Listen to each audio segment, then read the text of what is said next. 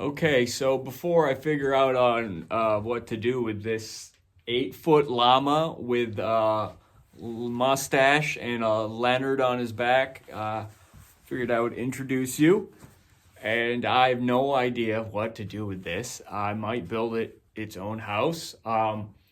It was basically just a series of mistakes from day one with it. I was trying to do some kind of Dali-esque 3-foot giraffe. Big part of me making my art is just kind of flowing with all of the mistakes.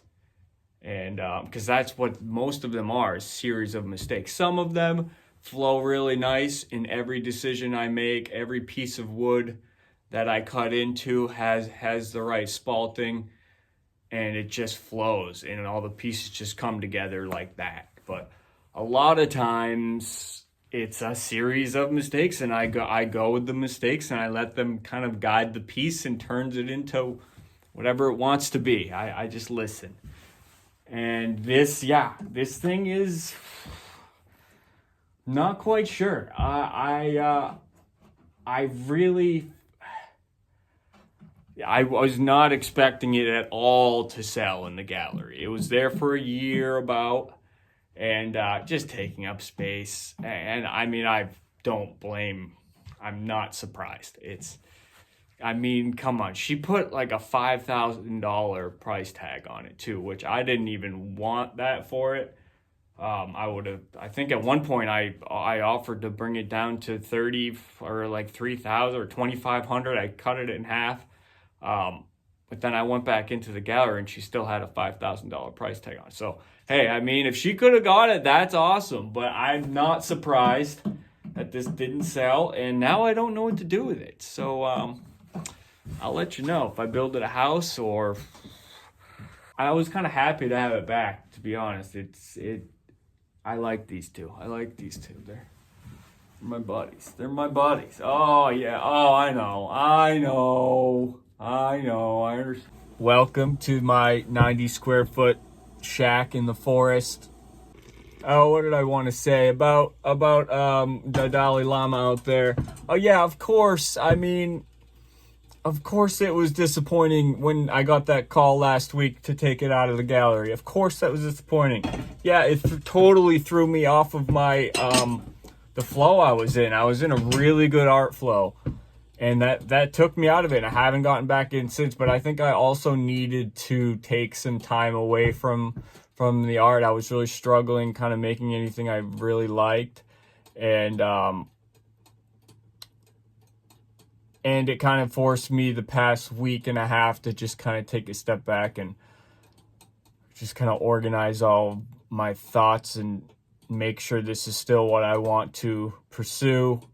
And I figure I came to terms with it's the beginning of winter. There's no work painting.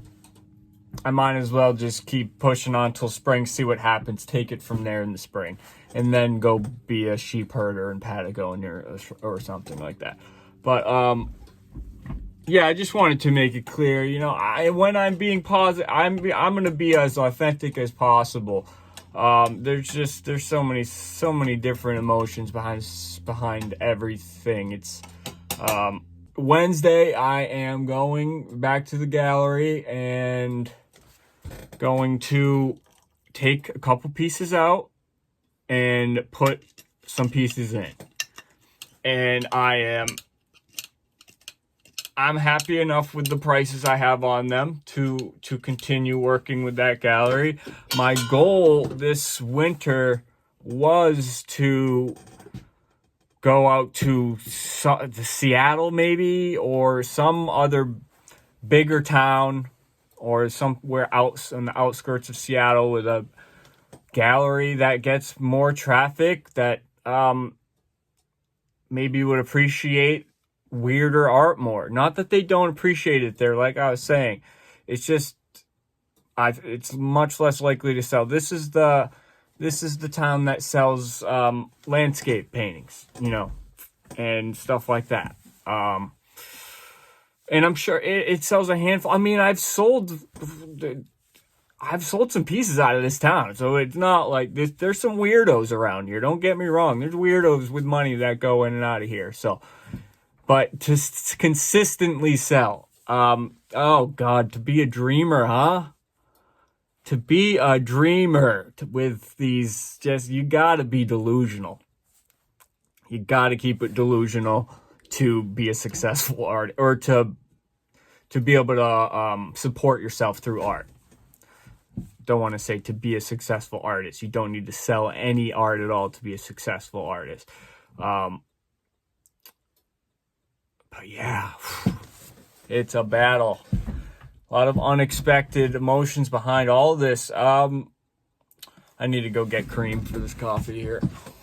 One thing, it's helped me evolve a lot too, though, in my art. It forced me to be more aware of the jankiness of it all, and how it just was not very structurally sound in a lot of ways.